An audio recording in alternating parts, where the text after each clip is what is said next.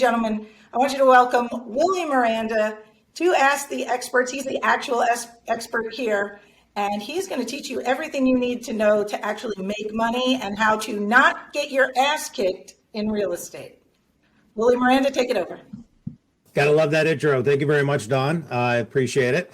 And yes, now we're coming into a different time in the market with listings being down, huge shortage of inventory throughout the country. Anywhere I look, any person I talk to anywhere in the state, we've noticed inventory is a lot less than it was here just a year ago. For an example, in New York State here, that we're in upstate New York, last year at this time, we had about 3,100 homes available for sale. This year, we have close to 1,400. So that's less than half of the available listings that are out there. So needless to say, it's very competitive out there. There's a lot of, a lot of attention now to get listings. And it's so important for us to make sure that when we go on these listings, that we're not losing these listings by not converting them properly or not following the proper steps. And I've developed a 14-step process, which is basically from years and years of experience of me just, going on listing appointments, winning appointments, but also losing appointments. And every time I've lost an appointment, anytime I've lost an appointment, I've always said, what did I do wrong? And I call the person back and I would ask them, thank you so much for the opportunity to see your home. Obviously I'm very disappointed I didn't get your listing, but can I ask you, what was the difference of me not getting your listing, or what could I have done different to earn your business? And they would tell me little things that I'm going to go over on this 14-step process. But a lot of times, like, well, I really love what you had, but the other person just seemed a lot more excited. Or, we really like this, but we didn't like the price. Or, whatever the situation may be. Or sometimes they were a referral and they felt guilty and they wanted to give it to maybe a family or friend. But there's a lot of different things that throughout the process we have to be aware of as we go through. So what I want to do today is just kind of go over with you exactly what our 14-step process is, and just kind of hopefully you won't make the same mistakes. Because at the end of the day, it's all about conversion, right? It's all about getting the listing, getting in front of them.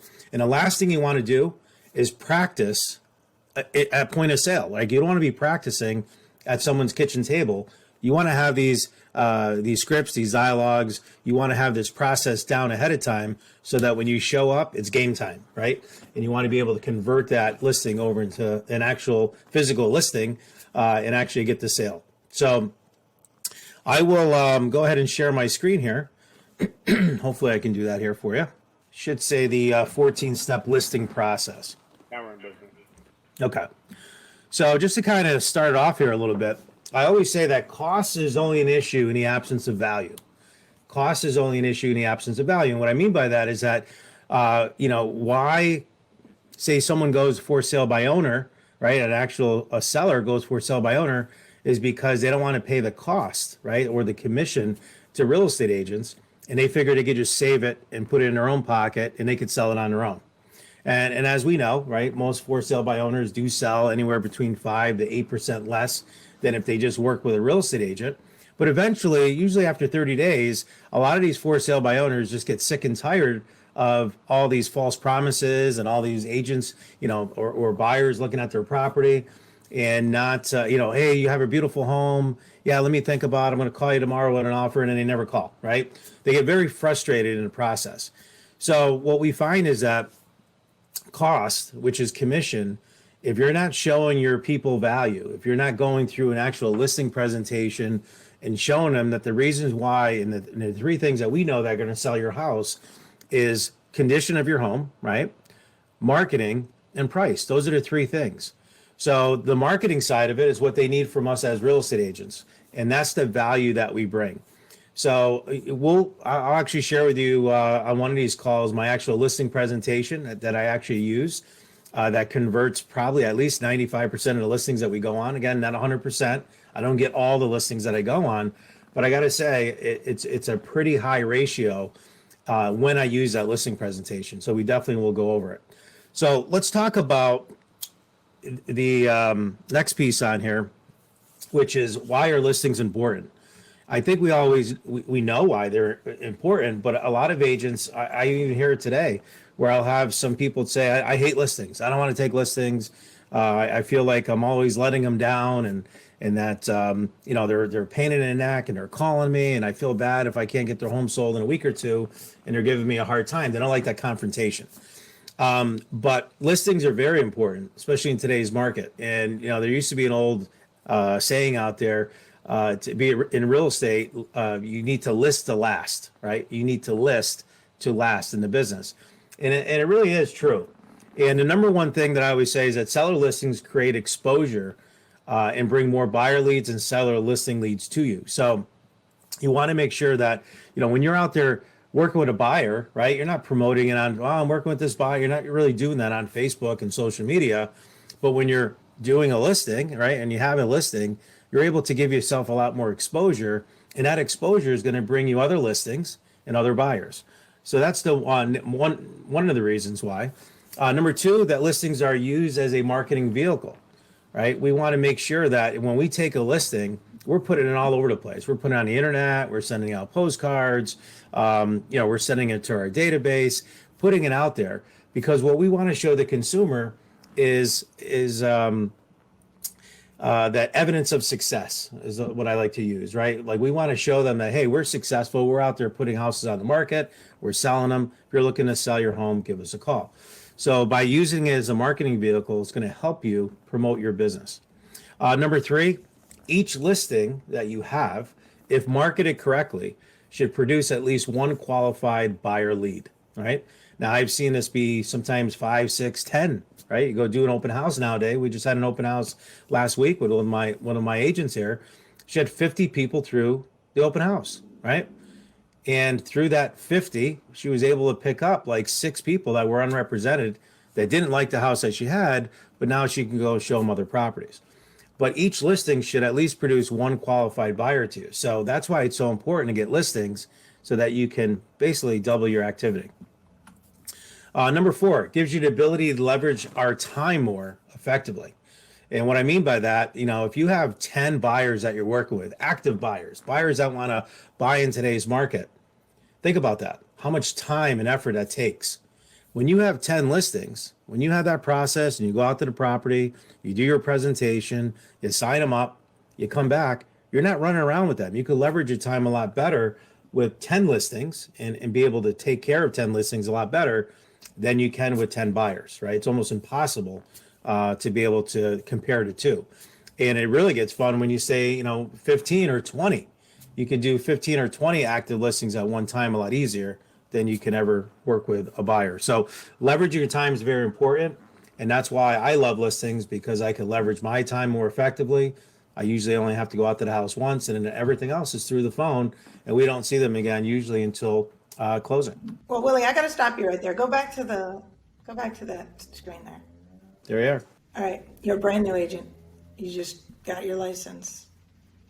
You don't have any listings. You never did a listing before. What's your advice?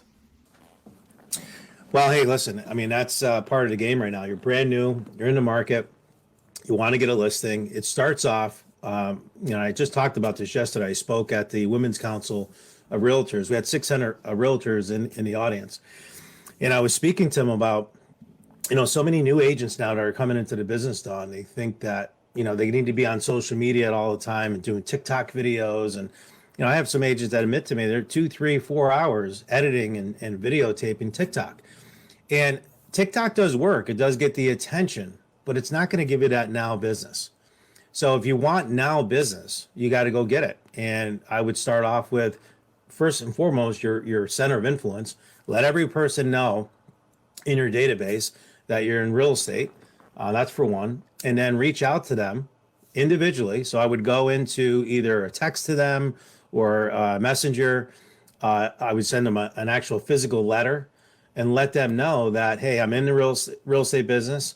If you are looking to buy or sell a home, or if you have a friend or a family member that is, I'm available. Yeah. And have them, do that, because people, I had a newer agent. She was in business about 6 months. I was asking her about her database, and I said, where's your database? And she's like, oh, right here. It's in my phone. I'm like, well, that's really not a great database. I mean, it's a good start, but you need to have something that you're actually feeding to and staying top of mind with. And she said, no, all my friends and family already know I'm in real estate. So if they're looking to buy or sell, they'll just call me. That's not true. You need to be top of mind, right? You need to be top of mind. Because here's the deal, and I'm not going to go on that tangent, but big tech is out there taking our business, right? Zillow, OpCity, UpNest. There's about 100 of them out there, billions of dollars that they're spending getting into our pockets as real estate agents. So we need to be reaching out. We need to be picking up the phone. We need to be calling our database first, because that's going to be your best source, because people do business with who they know, like, and trust. So that's going to be your first source. And then from there, you can look at for sale by owners. You can look at expired listings. Okay, so I've got one more for you. I want to bring this up. All right. When you have no listings, there's a guy in the Capital District, you know him, I know him, and he had no listings and nobody knew who he was. And what he did when he got started was he started with open listings. He knew a lot of people who had land and people who would let them put his sign in their yard. And if he brought them a buyer, they would sell their house. So he started with open listings. And within 1 year, he was the biggest listing agent in the Capital District, the just south of Albany area Capital District. And then all of his listings turned into exclusives, because all of a sudden everyone knew who he was. They saw his sign everywhere. They saw his ads everywhere. So I think open listings, and this happens in New York City all the time, is open listings. They use them as rentals. They get open listing rentals. They use it to put their name out there. Yeah, and I agree. And I think in some areas, open listings are good, and there's some areas that open listings are not popular. And sometimes some of the boards don't even really allow their agents to do that. But I do agree with you. I mean, there's all different ways to do it. I think I would really start. The best lead is always going to be a referral, and someone that you know, and someone that they know that's looking to list. And I would say I would start with that, and then move it on to social media and some of the other things that we talked about. And direct mail still works too. I always say, you get what you ask for. So if you're looking for that dream neighborhood, or you're looking for a neighborhood, even your own neighborhood, and you're seeing all these other signs pop up, well, if you're not sending out direct mail, you're the secret agent, right? You need to put that mail out there so people know that you're in business. And you got to give them value. You don't want to just give them, crap. You want to give them value of what their home is worth, what's, other homes in the neighborhood selling for, stats of the area, like, the average sales price, square footage, days on market, those type of things. But the more value you provide, just like I said, cost is only an issue in the absence of value. The more value you provide, the better you're going to build that relationship with that person when they go to sell. All right, so let's move on. So this is a blue box. I just show this because this box is a hardcover box. You got to give them value, right? So if I'm up against a listing and I know that I'm going in against, it doesn't matter. I could go by myself, no competition, or I'm up against 4 or 5 people, which I have been over the last few years. We have this nice hardcover box that goes out, and I have a copy of a book that I wrote. If you don't have a book that you wrote, there's plenty of books out there that you can give them, or material. And then I have some different information on there, some testimonials from some of my clients that you see there on the bottom left. I have information on me about Willie Miranda, and then I have information on our reload service, our seller guide, and then meet the group. But I put that in there because I want them to know more about me before going out there. But the other reason I put it out there is because usually no other agent is providing or dropping off a box or information to them prior to the listing. So that already put me ahead of the curve, because again, I'm trying to get to that like status, right?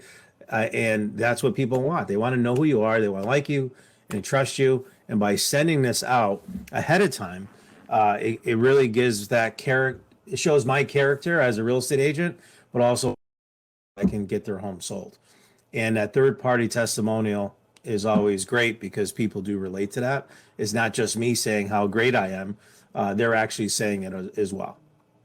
So having something like that you can send out prior to the listing appointment is so important.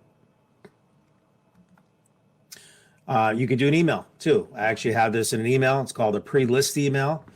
This pre-list email goes out, especially if it's a quick appointment, or maybe it's someone that I already know that I got the listing, or already know that I got referred in. They're not really meeting with any other agents, and I don't want to send the whole box out. I'll go ahead and send this email to them, which has all the same content. Okay, has all the same content in there, and I don't mind sharing this email, Dawn, to the members if they want to see what that is. I can definitely provide this, because when you click on those links, it'll open up my home seller guide, team booklet, all the other stuff that's on there. But I think that every agent, if you want to, again, beat the competition, get ahead of the competition, really start building that rapport with that client, sending something like this out ahead of time before your appointment is key, because it's just going to help you so much better converting that appointment into an actual sale. Oh, Willie, I have a quick question. On this page right here, when you see the home seller guide, meet the team booklet, when I click those links, where does it go? Actually, and again, I'm not that techie. You guys are a lot more techier than I am. It's going right to my Dropbox links. I have a Dropbox set up. It goes to that link. They open it up. They can download it. They can open it up. They can read it. But that's where I have it going to. Some people have it go to their webpage. There's different things that you could do to set up. But I just set up a simple Dropbox, keep it very simple. And I do that also because a lot of my agents want to keep it simple, right? And they can just take the same thing and they just, they move it around a little bit so that they have their own Dropbox and their own information, so that it doesn't cross with what I have in there. Okay, so when you say a Dropbox, when you say that, what do you mean? Like you uploaded it to a Dropbox and then Dropbox makes a link? Or you could do this with Google Drive. I know that's how I do it sometimes, is I make a shareable Google Drive link. But you have to make sure that you set it to whoever you share it with, that they can't edit it. That is an uneditable link. So I just wanted to put that out there for people who wanted to make that. Okay, so let's get into the 14-step process. And this is a big one. Number one, be on time. Try to get to the home 5 minutes, 10 minutes, 15 minutes earlier. Drive around the neighborhood. Don't show up 15 minutes early to the front door, but at least be there in the vicinity so that you can look around the neighborhood. You might have some comparables that you want to look at prior to going inside, but you want to look at the neighborhood. You want to see the commercial exposure. You want to see if there's a school in the background. You want to see the condition of the other homes. But why I say be on time is because there's a strong correlation between punctuality and integrity, right? And you guys could do the research on it. People that are normally always late for, say, business purposes tend to sometimes not be the highest in integrity. Not all, but mostly we've seen that, and there's been some studies that show that. So the examples I always use, and that's why I bring it up, because I've been on appointments 5-10 minutes early, and people appreciate you being on time or being a little bit early. But think about the consumer real quick. Think about someone that's owned their home for 20, 30 years, right? You have an appointment with them at 2:00 on a Tuesday afternoon. And what do you think what's going on in their mind, right? They're vacuuming, they're making sure everything is clean. They're nervous, right? They haven't sold their house in 25, 30 years. And here a realtor is coming over to their home. Quarter to two, they're looking out the window already for you, all right? They're pacing in their home since 1:00 probably, or all day. 2:00 comes and you haven't called or you're not showing up, they're a little upset. They might be even start calling you or texting you, hey, you coming today? We have an appointment at 2:00. You come pulling in on two wheels at 10 after 2, quarter after 2, they're upset. They're not happy with it. And I've been on appointments where, at the end, hey, I say it the other way.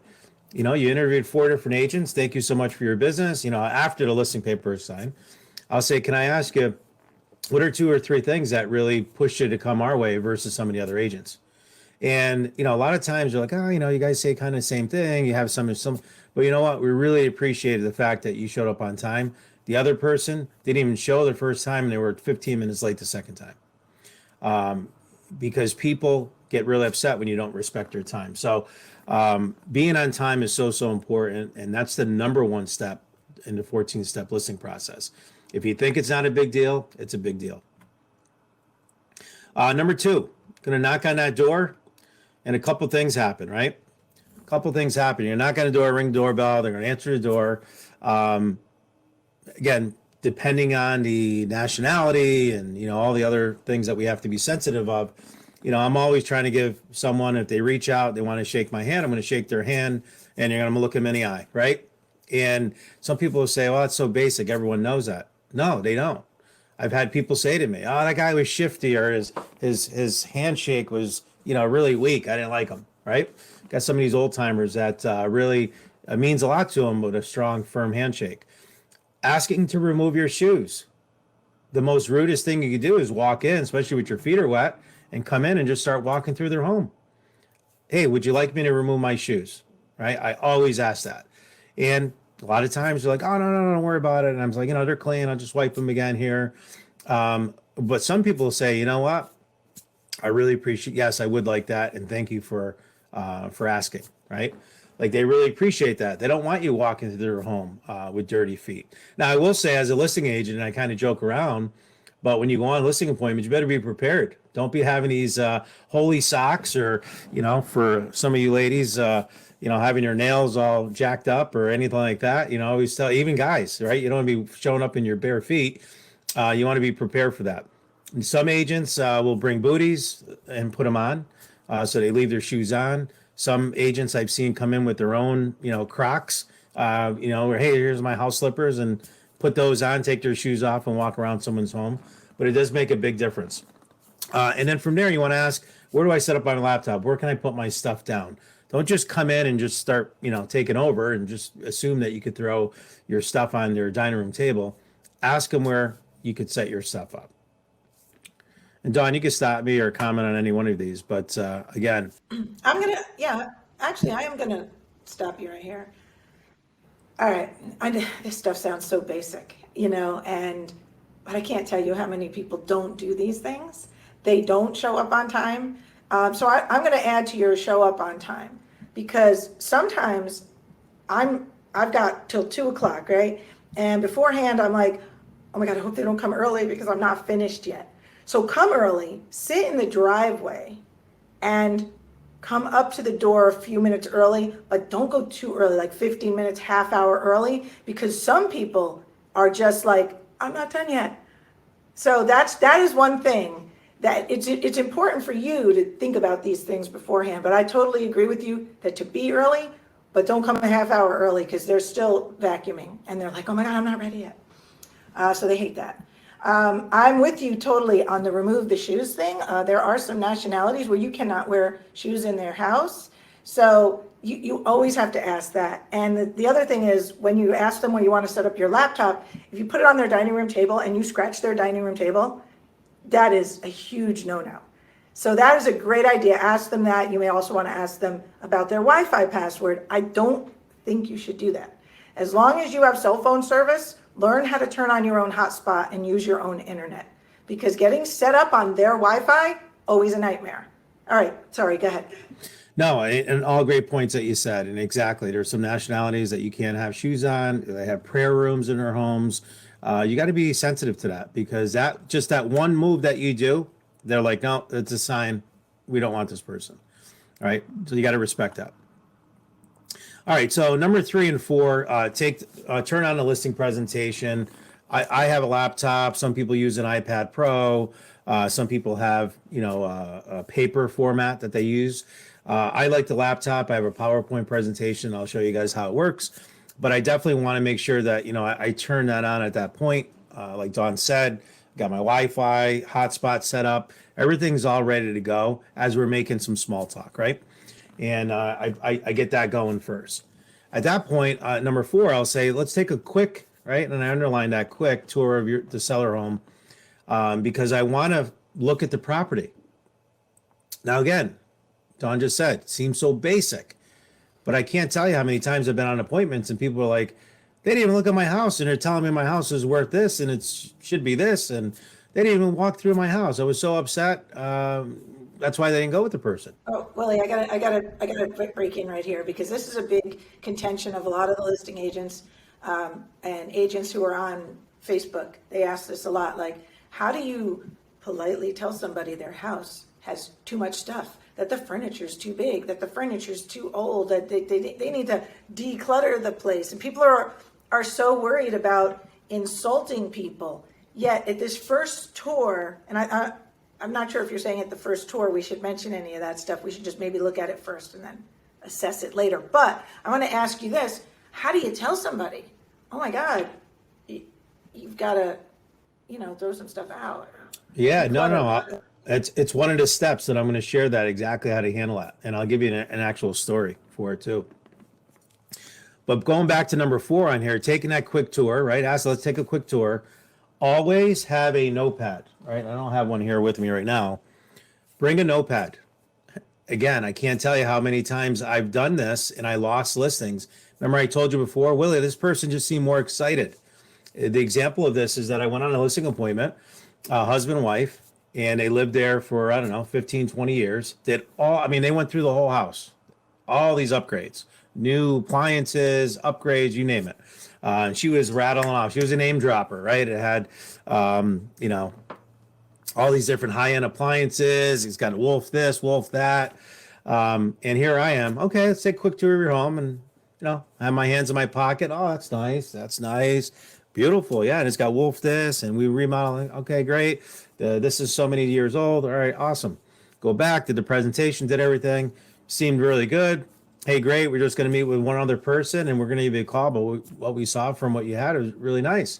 Great. Do you want to let them meet with that other person? Well, I didn't have a choice. I didn't have a choice in this situation. Sometimes they tell you they're not meeting with anyone. And then all of a sudden, someone pops up in the picture.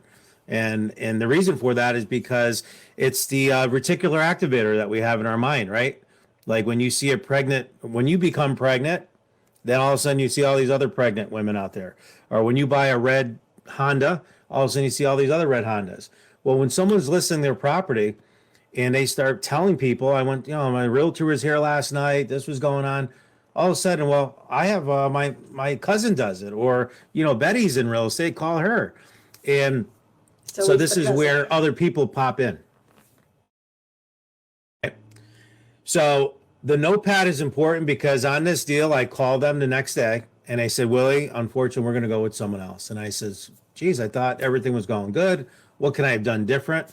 And she said, Willie, she just seemed more excited about selling her home. And I'm like, geez, I said, what can I have done different to be more excited? And she said she actually cared about all of our upgrades and wrote down every upgrade that we had. She wrote it down. You didn't do any of it. You had your hand in your pocket the whole time. And I was like, right? So from that, I've never missed it. I don't care if I got to grab an envelope and chicken scratch that only I can read. I'm doing a note. And I do that with all my agents. And when I go on an appointment with them, I tell them, you got to take those notes, and it makes a big difference. All right. So again, 14-step process. I'm sharing you things that may seem basic, but that was a $17,000 commission. All right. Because I didn't bring a notepad. Willie, Yes. a lot of people might be saying like, but I can remember it, but that's not what it's about. It's like kind of like a psychological operation in a way. Is they need to know that you're paying attention. So writing it down shows them it's a visual psychological thing. It's not whether or not you can or can't remember it.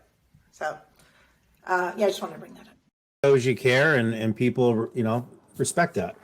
So the next one is what we just talked about. Make a mental note of the negative selling points. All right. When you get there for the first time and you're just meeting this person, you don't want to start off by saying, wow, what a bunch of crap you got in that room, right? Wow, what's that smell? You have pets, right? And Dawn's laughing because she knows what I'm talking about. I had an agent that I went on an appointment with, a newer agent. He was good on the phones. He got us into a listing in Schenectady. It was a Victorian home, beautiful young couple looking to move. And we walk in the door. I go first, he comes second. And this lady has a cat on her shoulder, and the husband lets us in. And there was a strong odor of cat urine, right? And so we walk in, and first thing out of his mouth, he's like, "Do you guys have a cat?" And she goes, "Oh, well, yes. Here's Fluffy, and we have two others too." Okay, great. So we go in. I put my stuff down. Right? Can we take our shoes off? Put our stuff down. Laptop. Get set up. All right. Give us a quick tour. All right, great. So we go down into the basement, and like a brick wall hits us. All the litter boxes are in the basement, haven't been cleaned out probably in weeks, and there was this foul smell. We get down to the basement. First step in the basement floor, my agent says, "Oh, that's why I hate cats." The husband was with us in the basement. The wife was starting to come down, turn around and back up. And I wanted to like choke him when he said it. But anyway, we go through and I'm looking at everything in the house. And the bottom line is this. I come back upstairs, no wife. I said, "Hey, can you get your wife? Want to do the listing presentation?" "Yeah, let me check. I don't know what happened. Let me go upstairs, see what's going on." He goes upstairs, comes back 2 minutes later, beet red, and says, "Hey guys, I'm gonna have to ask you to leave." And I said, "No problem." I took the laptop, I closed it because I knew exactly what was going on. My agent is clueless. "What do you mean? I've been trying to set this up for 2 weeks now. What do you mean I gotta leave?" And I said, "Let's go." Closed the laptop, we left, and I told him in the car. I said, pets, people with their pets, they like their pets more than their kids. We totally insulted them. In the first 5 minutes of us being in that house, we insulted them, and you just can't do that, right? So that's a little bit more extreme, and that's an actual true scenario that I have with an agent. But you never ever point out the negative things until you build up that rapport, because a lot of this stuff they're going to point out to you. Okay, a lot of this stuff they're going to say, "Yeah, I know, I got to declutter, and I got to do this," and I'm writing down declutter, cat smell, right? Blah, blah, blah, going through, and then all of a sudden it comes out. "Hey, do you smell like the cats that we have cats?" Yeah, I do a little bit. That's definitely something we'll need to take care of. Go into another room. "Oh, here's another room I got to declutter." Yeah, it is a lot. Decluttering is very important. Let's go to the next one. I'm never putting them down. All right. I had one agent opens up the back door. There's a school in the back, and he's like, "Oh, this is going to be a hard house to sell." No one wants to buy a house with a school behind it. Oh, never say that. Not true, right? But he pointed out a negative mental, instead of keeping it mental, he pointed out a negative selling point. So I can go on and on and on with stories, but to answer Don's question before, you want to keep those negative selling points to yourself. There's a time and place for it. And as you get to the end, when they ask you, "What do you think we can improve upon to get top dollar for our home?" And I'm going to go back to my notes. I said, "All right, well, here's a couple things. All right, you mentioned you have to declutter, and I do agree with that. Here's some recommendations. You asked me if I could smell any pets or odors. I did a little bit, especially in the basement. So we're going to want to make sure that that's taken care of." So there's different ways to do it versus insulting the actual seller. All right, so that's number 5. Insulting the seller, always a bad way to go. You just don't want to insult the seller. But what I loved about the way you just handled those objections in the second way, and I want everyone to kind of make a mental note of this. What Willie did was took their words and just agreed with them. And he handled objections while agreeing with them. And people, they like that. It's much easier to get your point across when it's their idea. And Down, they have a wall up, whether you think so or not. That first 10, 15 minutes, they're kind of sizing you up a little bit, right? Do I like this person? Not like this person? They're a little awkward, right? But when you get into that 30-minute mark, that's usually when you kind of win them over, right? Now you start building that rapport with them, and now they actually smile now, right? So then it's a little easier to transition to those conversations. not in the first 5 minutes when you walk in the door, and tell them that their house smells like cat pee. All right. Willie, Number real 6. Real fast. What was that? Willie. It's possible that you might go over this towards the end of your presentation. However, what happens in a scenario? How do you personally mention these negative selling points if, say, you're at the end of the meeting and the customer has inflated ideas of what the value of their home is worth? Because that's one instance where, as an agent, you have to kind of poke and prod in a very gentle, courteous, non-insulting way. So, and like I said, if this is number 13 on your list, then you can feel free to just move on. But no, great question, and I'll definitely address that. Number 6, though, you definitely want to compliment them on their home, right? As you're walking through and you're taking notes, I'm like, wow, what a spacious kitchen you have here. Wow, the bedrooms are really big, right? Blah, blah, blah, blah, blah. Even if you don't think it's a big deal, people want to feel good, right? Because think about that homeowner or that seller that hasn't sold a house in 25 years. In their mind, they don't think anyone is going to like their home, right? They're nervous. Now you're coming in and you're complimenting on all these things. They love that. So you definitely want to compliment it. Don't overdo it, but you definitely want to compliment it as you're going through, and keep the negative selling points to yourself until later in the presentation.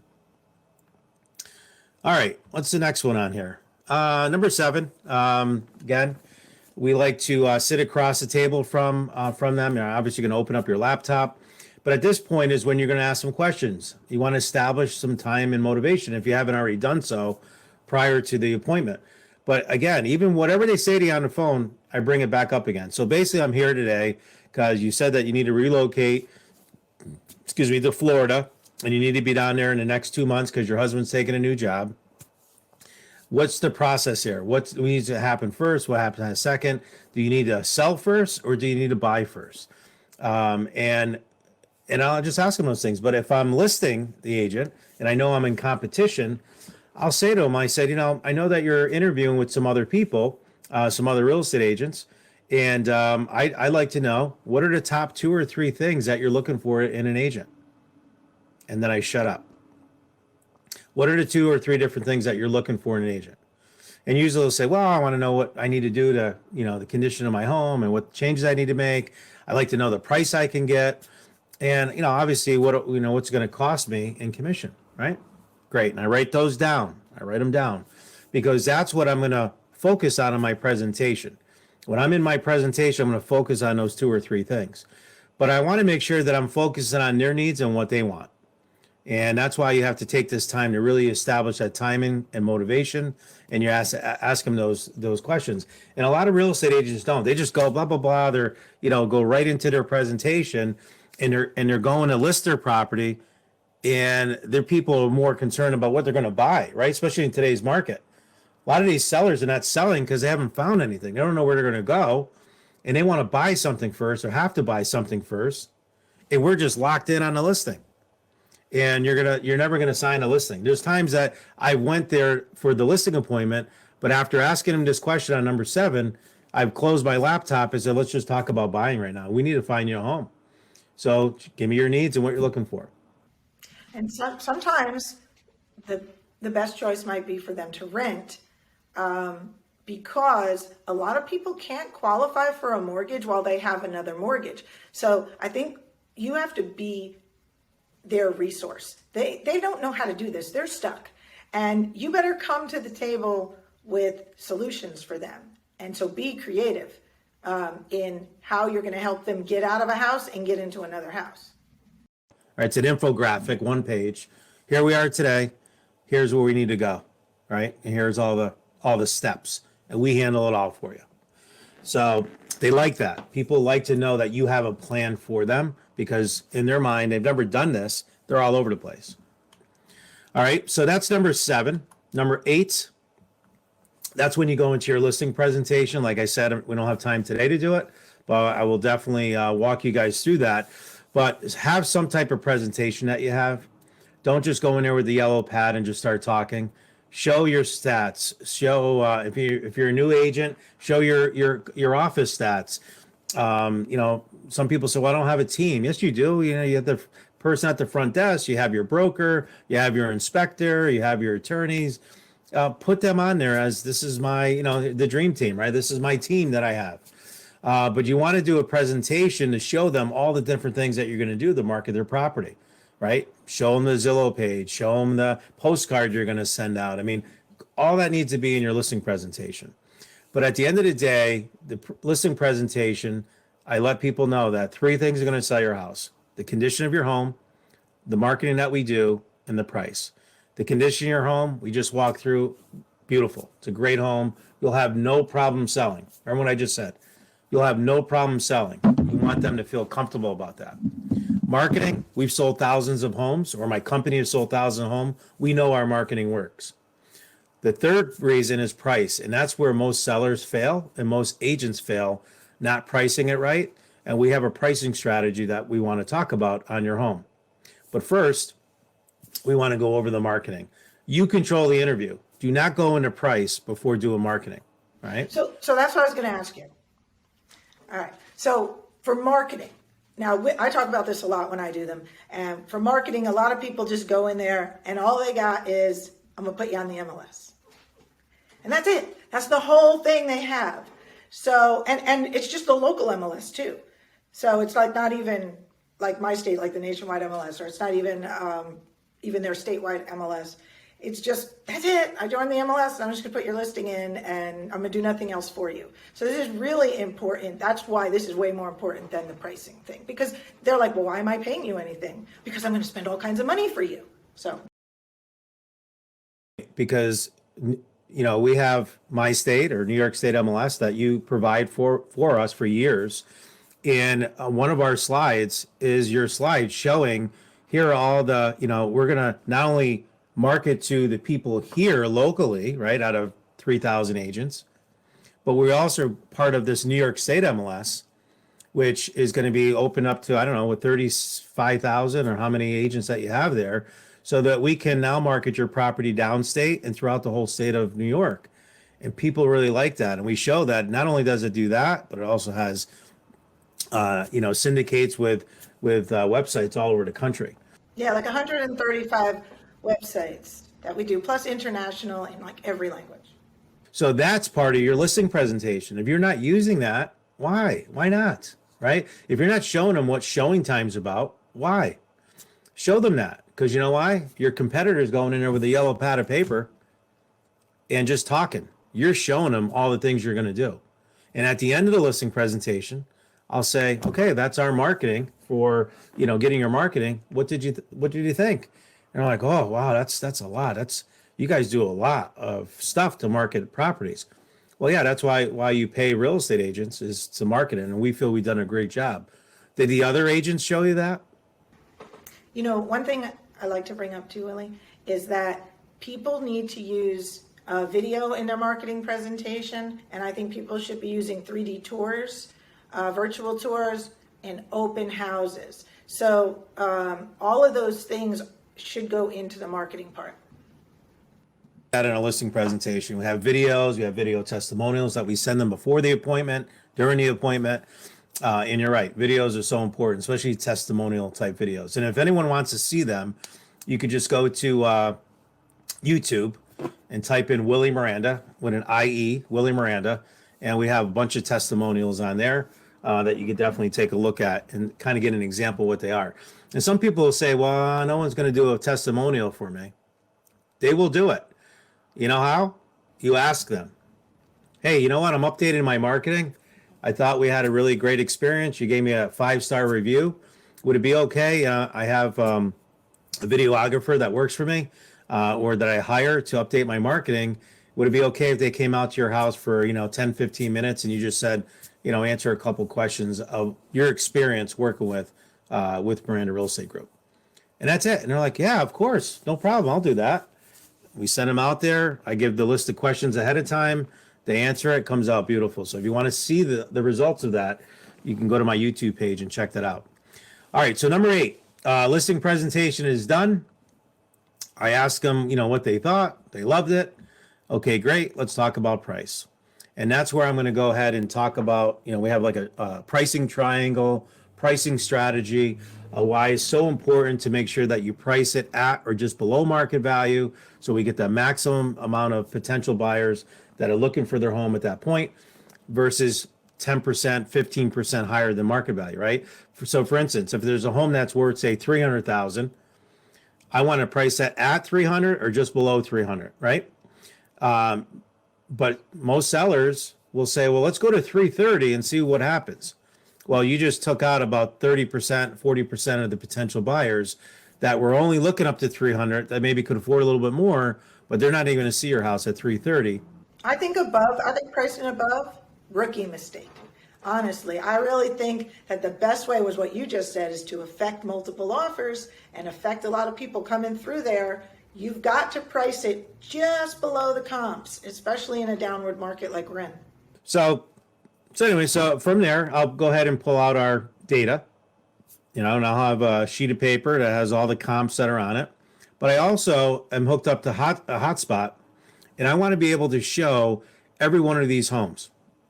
And I'll pull up 4 or 5, listings that come up. But what I like to do here, number 10, is I want to explain to them what the data is out there.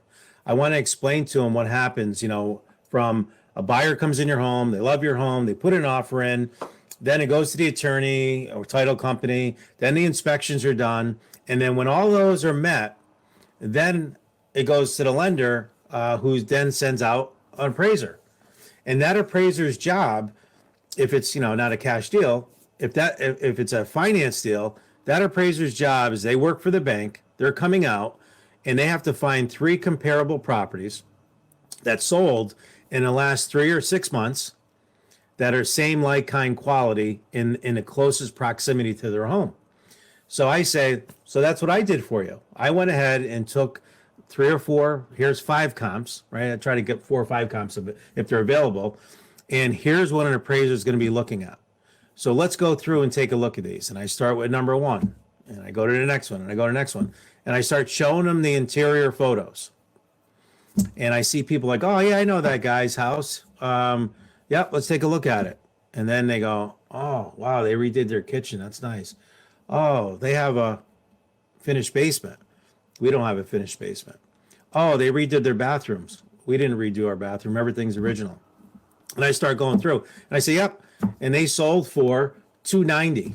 Whoa, that's it. Yeah, that's what was on the market for so many days. But they listed at $275, sold for $290. Your home is worth what a buyer's willing to pay, and that's what they were willing to pay. So I start going through all these comparables. But what do you think happens when I'm done through the 5th one? Now they're like, huh, that's pretty interesting information. I thought some of those houses, or we could get more for our home. And that's number 11, like I said, those 4 or 5 homes which have closed that best match your criteria. Go back to number 10, though. I do explain to them the difference between an active listing, a pending listing, and a sold. And really what I just say to them is this: active listings are fantasy land. We could put whatever number we want on that. So if your house is worth 300 and you want to put it at 400, go ahead. If your neighbor is on the market for 400, that's fine. That doesn't mean that that's what your home is worth, right? That's fantasy land. Pendings are what we know that this was the price that it was last at before it went under contract, but we don't know what it closed at finally. But appraisers only look at solds. And that's the reality. That's what buyers, your home is worth, what a buyer's willing to pay. And that's going to be those sold listings. And that's all an appraiser cares about. They want those sold properties. Willie, you're correct. I'm an appraiser, right? People know this about me, right? So what I want to tell everybody who's listening is Willie's right. We look at solds for the final value. We do look at inventory, listing inventory, to determine whether or not that those solds that just sold are too high or too low for what's coming. So that's called our market condition. And I just want to say that every person who's listening to this right now needs to take some appraisal classes. You need to learn how to become an appraiser, whether you do it for a living or not, because it is one of the most important parts of your listing presentation. It is, and I've had appraisers reach out to me and ask me, hey, I see you pended 123 Main Street. It's closed in another week. Would you be able to give me the information on what it actually sold for? And, I've helped them out, whether that's good or bad. it's helped them get the comparables that they needed to price a home correctly, right? But I know that appraisers are very important to work with. So Well, that's as an number 10. appraiser, you're supposed to do that. What you did was correct in talking to the appraiser, and as an appraisers, we're supposed to call all the brokers that are part of the transaction that we put into our report as a comparable. So it is okay because the appraiser has a confidentiality, in what they're doing, for what they write is confidential between them and the lender and their client. So it is okay to talk to an appraiser. All right. So once I go through those 4 or 5 homes that best match your criteria, right? We go through them all. The next step on this is number 12 is ask the question. And this is a big one. If take a screenshot or whatever you want to do, or on your phone, you have to ask this question. And this is where, once we go through everything, I ask them, based on the recent home sales, we could see a range of homes similar to yours between, 275 and 325. Where do you feel your home should be priced based on these current home sales? And then again, I keep my mouth shut. And that's when you see them squirming in their seats, looking at each other, getting a little bit of red. Well, Willie, we thought we'd get 350 for our home, but now that you showed us all this, probably closer to 300. I said, yeah, you're probably right. 300. Because that's what the data is telling us, right? But every now and then you get a wise guy. And, well, that's why we have you here. You're the expert. You tell us, right? So you got to be prepared for that. Don't get offended by it. Be prepared for it. So all I do is I just said, well, here's what an appraiser is looking for. Here's what the market is telling us. Let's go back to the data. And I go back to the data. And I said, this home looks similar to yours, but it does have a new kitchen. It does have a new bath and a finished basement. So we have to, and an appraiser is going to adjust for that. Right? And I just go through the comps again and go back to them again. So based on what we just talked about, where do you think it should be? And usually by the second time around, they know, right? They self-eliminate all these thoughts in their mind of putting it on the market for high pricing. And then we come to the conclusion. But every now and then, you'll still have someone that, I'm not selling it for a penny less than 350. I don't care what your comps say. My home is worth way more than all of them. So at this point, I've said to them a couple things. Knowing the market, sometimes if I can get them to agree to a price reduction ahead of time, I'll do that. Sometimes I'll get a little wiggle room with them where we compromise. Or if we're just really far off, and this has happened to me a few times, I've asked, where do you bank? Well, I bank at Pioneer Savings Bank. Okay, great. Pioneer Savings Bank, I'm sure they have an appraiser that works there that does bank appraisals. Why don't we have them come in and get a third-party opinion from an actual appraiser? Because what I don't want to do, Mr. Seller, I don't want to list your house at 350. Let's say we get someone that comes in and pays 350 and they're financing. We're going to go through the attorney approval period. We're going to go through all the inspection period. They're going to send out an appraiser. You're going to pack all your stuff. You're going to put an offer in on something else. And then 6 weeks into the contract, we're going to get a phone call. And they're going to say, hey, Willie, we got a problem. The house didn't appraise. Only appraised at 310. Your offer's for 350. We're $40,000 apart. Now I'm going to have to go back to you, Mr. Seller, and say, we're $40,000 apart. I went back to the buyer and I said, hey, can you come up with a difference? They always say no. No one wants to pay $40,000 more. Maybe a little bit different on this market, but $40,000 more that's a lot of money. So now we're either going to have to take the hit on the whole 40 or try to renegotiate the contract at that time. And you're going to be in a worse situation because now all your stuff's packed and you already bought a house somewhere else. And now this deal is going to come apart because because we overpriced it. So, or, the other scenario is that it's just going to sit there and we're not going to sell it. And then other buyers are going to think something's wrong with it because it's been on the market so long. So why don't we price it correctly? Let's price it at or just below what these other homes sold for. And knowing the inventory right now so short, I know we're going to have loads of buyers in. We just did an open house this past weekend. We had 50 people. That's a lot, right? 50 people through the open house. We're going to get your home sold, and we're going to get multiple offers, and we're going to really do well versus putting it on the market for 350 and having things sit there and have people think something's wrong with it.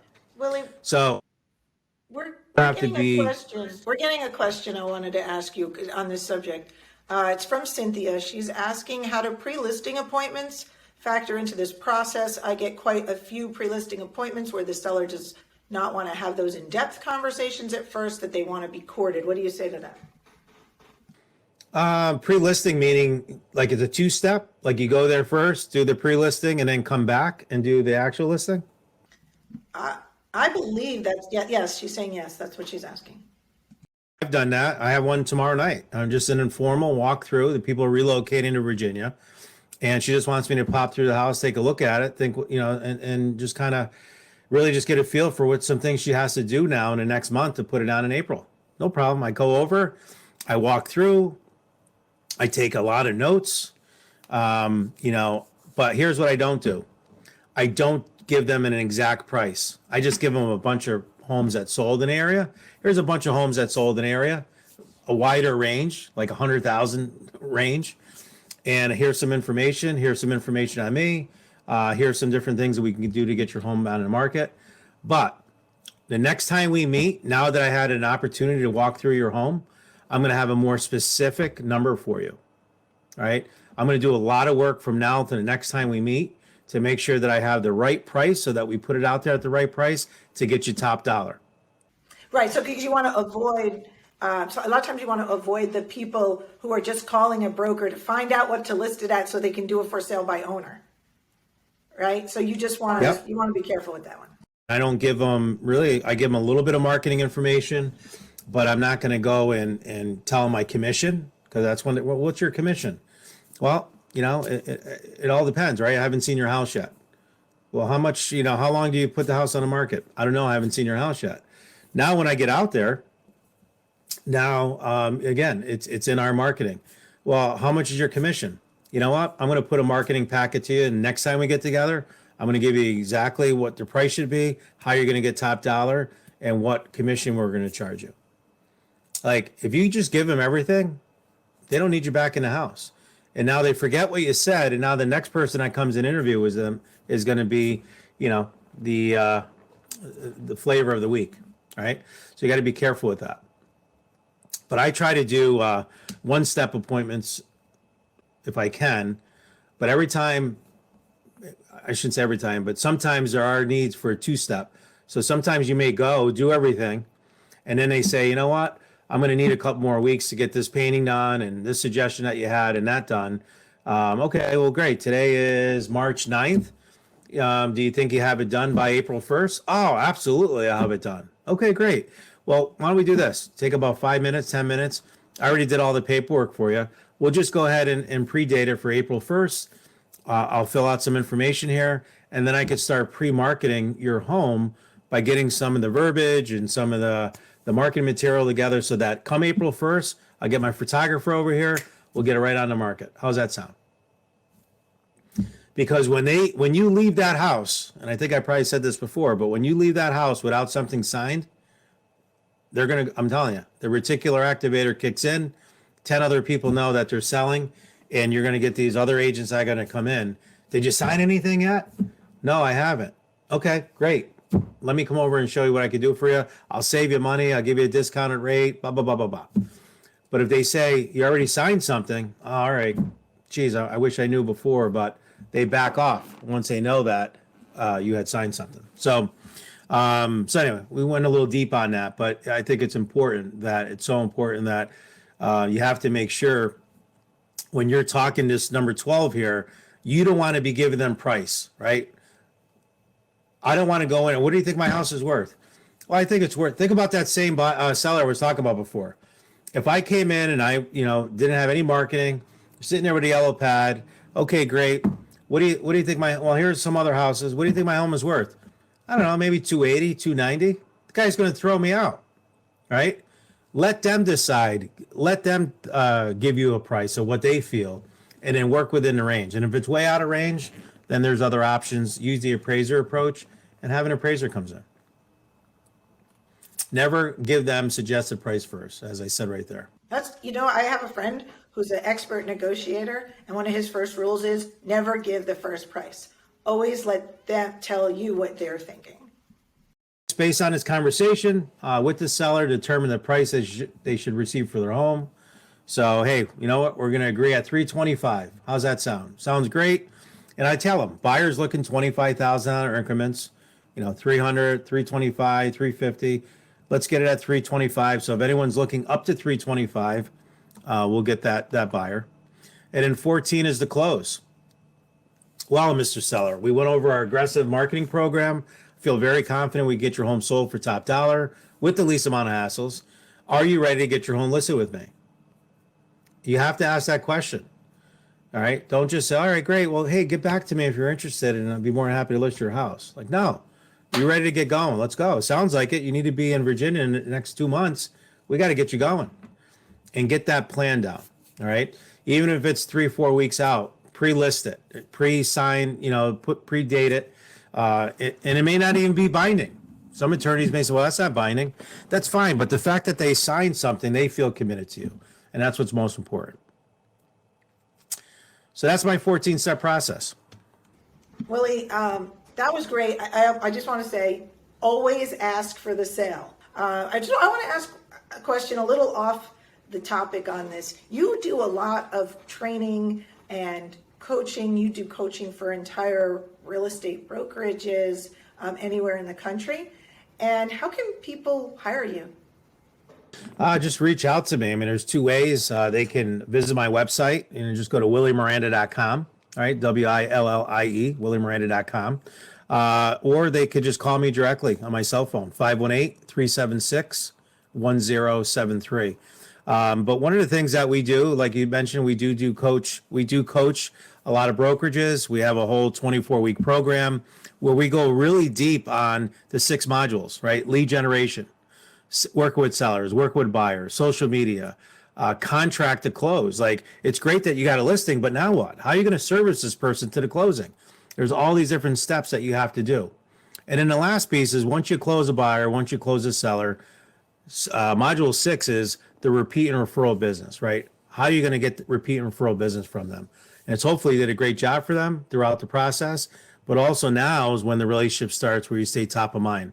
So we help agents build their business, build that foundation, and we do it through our coaching channel. So if you're interested in it, like I said, reach out to me, 518-376-1073, or visit williemiranda.com.